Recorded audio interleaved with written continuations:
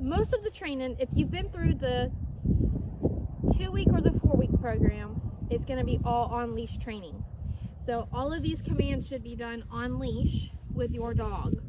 Unless you went through my off-leash program, you shouldn't have anything to do without a leash for the most part. However, with that being said, if you went through my 4-week program, you get more into the advanced obedience type training. So you have a leash on the dog. However, you're going to be able to drop the leash and walk a good distance away from the dog. So with your place command, you're simply going to have your dog.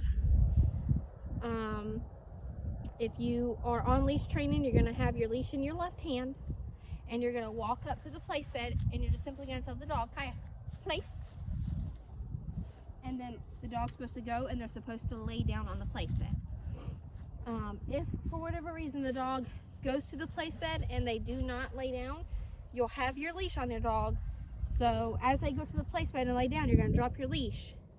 And if the dog does not lay down, you're going to walk up to the dog. You're going to grab your leash and you're going to bump it downward and tell the dog to lay down. And your dog should lay right on down. And then you'll drop your leash and you can walk off from the dog. Now, when you're ready for your dog to come off of the place bed, you're simply just going to give them their release word, which is okay. So, Kaya, okay. And then they'll come off the place bed and go off and be a dog and do dog things. Unless you, of course, have something else you want the dog to do. So, for your leash manners, you're going to have your dog on the left side. What I like to tell everybody is have your excess leash in your right hand.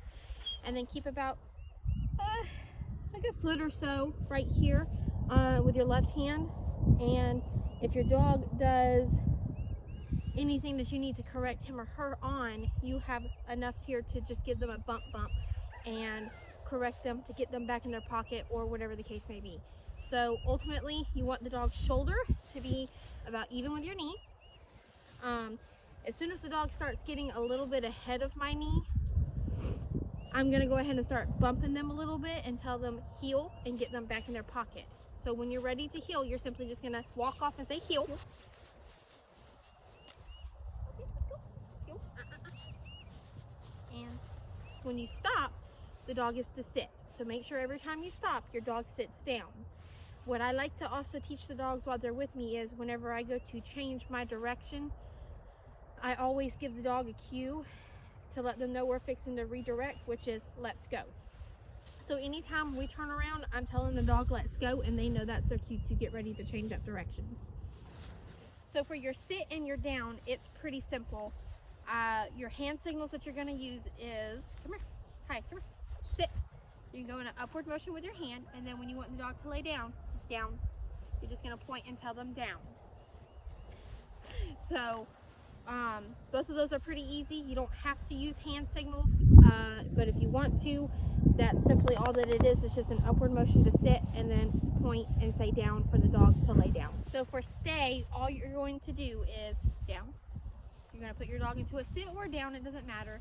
And then like a stop sign, you're just going to tell the dog to stay and then walk away however far you need to. Occasionally you can remind your dog to stay, but you shouldn't have to say it very often. Obviously, if you have a higher distraction involved, you might have to remind the dog a little bit more to stay and let them know that they're doing a good job and tell them good stay. And same thing when you're ready for him or her to release from their stay, you're just going to give them the release cue, which is okay, and then they're good to go. So your door manners or gate manners, either one, if there's an entryway involved, what I like to do is put the dog into a sit. Come here. Okay. Sit. Stay. You're going to tell the dog to stay as you open the gate or door. And when you're ready for the dog to come on through, you're going to tell them, okay, come. Sit. And then have them sit on the other side of the gate as well. Stay while you close the gate or the door. And then, okay, you release them when they're okay. For your recall, you're going to have your dog in either a long down or a sit. Either one's totally fine. I'm going to put Kaya into a down, and then I'm going to call her to me. So,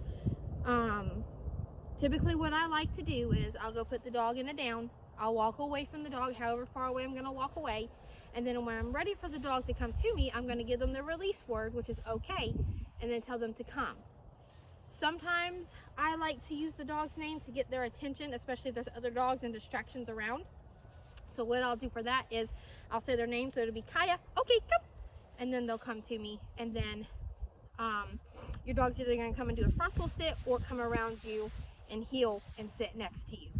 So she's trained more along the lines of a frontal sit, so that's more than likely what she'll do. We just started working on our finishing into a heel recall. And I'm simply going to call her to me. Hi, okay, come.